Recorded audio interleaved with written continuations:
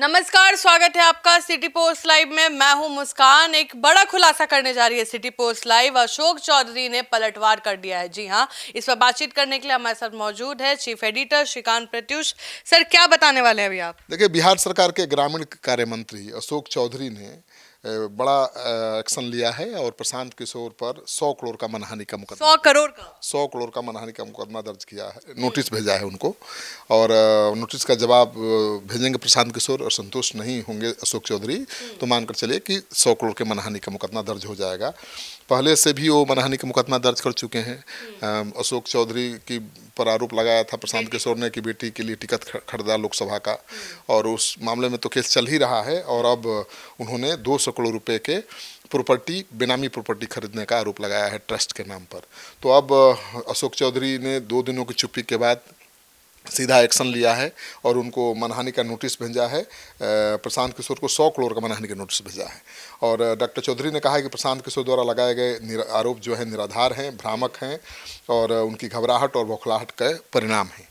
उन्होंने स्पष्ट किया है कि इससे पहले भी उन्होंने प्रशांत किशोर पर मानहानि का मुकदमा दायर किया है, जिसके अंतर्गत मुख्य न्यायिक दंडाधिकारी द्वारा पटना परिवार संख्या का मेंशन है इसमें में प्रशांत किशोर को दिनांक 17/10/2025 को पेशी के लिए बुलाया गया है। तो उन्होंने कहा है कि न्यायालय से बुलावा आने के बाद प्रशांत किशोर डर गए हैं और उसी घबराहट में प्रेस कॉन्फ्रेंस कर उलूल जुलूल और झूठे आरोप लगाने लगे हैं। उन्होंने कहा कि प्रशांत किशोर ने जिस तथाकथित 200 करोड़ रुपए की संपत्ति का हवाला दिया है वह सरासर झूठ है। और चौधरी ने यह भी कहा कि उनकी बेटी निवर्तमान सांसद समस्तीपुर की छवि भी खराब करने की कोशिश किया गया है। उनके बारे में बेनामी संपत्ति होने का झूठा आरोप प्रशांत किशोर द्वारा लगाया गया है।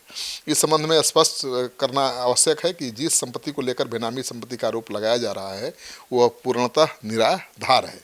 उक्त संपत्ति 21/2/2021 को उनकी पुत्री एवं समस्तीपुर से माननीय सांसद शांभवी चौधरी द्वारा अपनी वैधानिक आय एवं संसाधनों से खरीदी गई थी। इस संपत्ति का स्पष्ट उल्लेख उनके चुनावी शपथ पत्र में अंकित है। अतः इस मामले में किसी प्रकार की बेनामी का प्रश्न ही नहीं उठता है।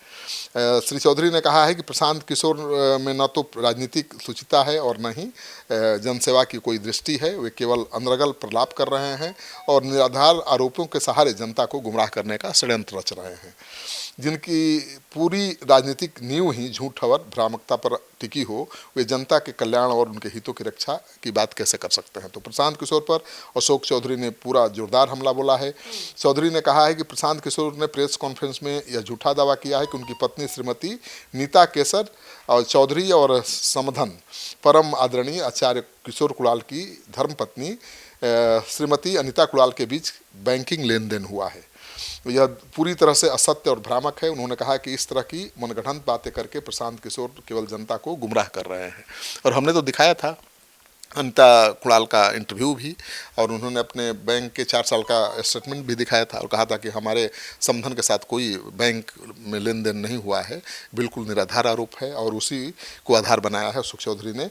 श्रीमती चौधरी ने कहा कि इस पूरे प्रकरण में प्रशांत किशोर के असत्य एवं निराधार शब्दों ने उन्हें और उनके परिवार को गहराई से आहत किया है।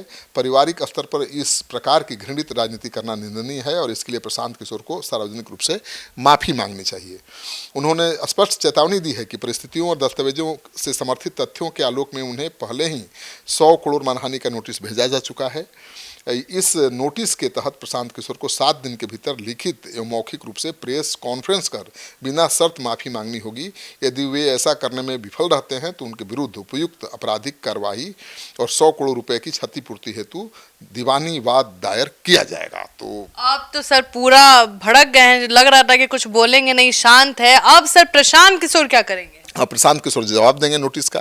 प्रशांत किशोर के पास भी वकीलों की लंबी चौड़ी फौज है और उसके अगुआ हैं बिहार के जाने माने अधिवक्ता वाईवी गिरी। अब उनकी कार्यकुशलता की परीक्षा होगी, क्योंकि प्रशांत किशोर बचाएंगे वाईवी गिरी। हाँ, प्रशांत किशोर कुछ भी बोलते हैं और कानूनी अड़चनों से पचड़े से बचाने की जिम्मेवारी वायवी गिरी की है।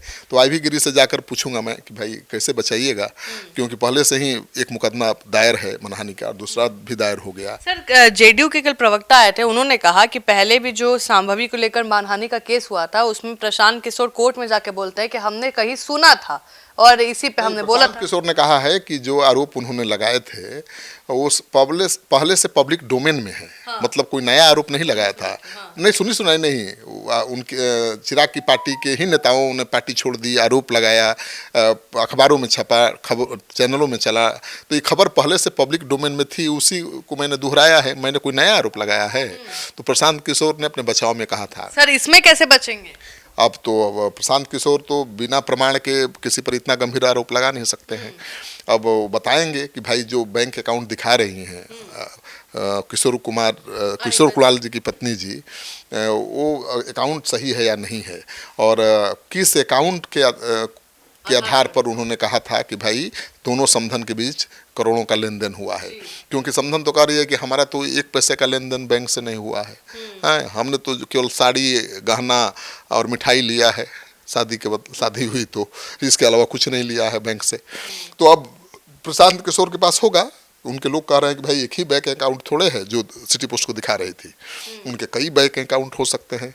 तो कोई भाई सैकड़ों अकाउंट हो तो छुपेंगे थोड़े, तो बिल्कुल सार्वजनिक। हाँ, तो प्रशांत किशोर खोज कर रखे होंगे तभी तो आरोप लगाया है। बिना प्रमाण के, बिना पेपर के थोड़े आरोप लगाएंगे। इतना पेपर लेकर अशोक चौधरी कब आएंगे मीडिया के सामने, उस पर बातचीत करेंगे? अब केस तो हो गया, अब मानहानि का नोटिस भेज दिया है। अब प्रशांत किशोर के जवाब का इंतजार कर रहे होंगे, बहुत जल्द आएंगे। और उन्होंने अपनी पार्टी की तरफ से तो प्रवक्ताओं को मैदान में उतार ही दिया है जवाब देने के लिए। पहले तो उन्हीं की पार्टी के नेता नीरज कुमार हमलावर थे और पूछ रहे थे, सवाल उठा रहे थे, जवाब दो, और कह रहे थे कि अशोक चौधरी जैसे मंत्रियों की वजह से नीतीश कुमार की छवि पर दाग लग रहा है। तो जवाब की मांग कर रहे थे। अब जवाब तो आ ही गया है और वो भी कानूनी रूप में आया है। प्रशांत किशोर को नोटिस भेज दिया गया है 100 करोड़ के मानहानि का। प्रशांत किशोर का अगला स्टेप क्या होता है ये देखने वाली बात होगी। मुझे नहीं लगता है कि प्रशांत किशोर प्रेस कॉन्फ्रेंस करके कहेंगे कि मुझे माफ़ कर दो, गलती से मैंने आरोप लगा दिया था। नहीं कहेंगे, मुझे नहीं लगता है। प्रशांत किशोर ने ऐसा आज तक किया नहीं है, और उनके पास कुछ आधार होगा तभी आरोप लगाया होगा। लेकिन अशोक चौधरी तो ताल ठोक रहे हैं कि भाई है तो साबित करो। आप उनकी बेटी के पास बेनामी संपत्ति का आरोप लगाया था, ठीक है ना, कि पीए के नाम पर संपत्ति ली, प्रॉपर्टी ली, फिर पीए से लिखवा लिया बेटी के नाम पर, केवल 10 लाख पेमेंट दिया। जब इनकम टैक्स का नोटिस आया तो फिर 25 लाख दिया पेमेंट, वो भी 3-4 साल बाद। तो उनका कहना है कि ये बेनामी संपत्ति थी, अशोक चौधरी की संपत्ति थी जिसे पीए के नाम पर लिखवाया गया था, और हाँ, फिर पीए से उनकी बेटी के नाम पर ट्रांसफ़र कराया गया। तो कह रहे हैं कि भाई बेटी ने अपने कमाई से खरीदा है, और उसका डिटेल इनकम टैक्स विभाग में भी है और उनके चुनाव के शपथ पत्र में भी है, तो आप उसको बेनामी कैसे कर सकते हैं। अशोक चौधरी कह रहे हैं कि भाई ट्रस्ट में हमने पैसा लगाया या ट्रस्ट के जरिए हमने 200 करोड़ का बेनामी संपत्ति खरीदा, ये ज़रा साबित करके दिखाइए।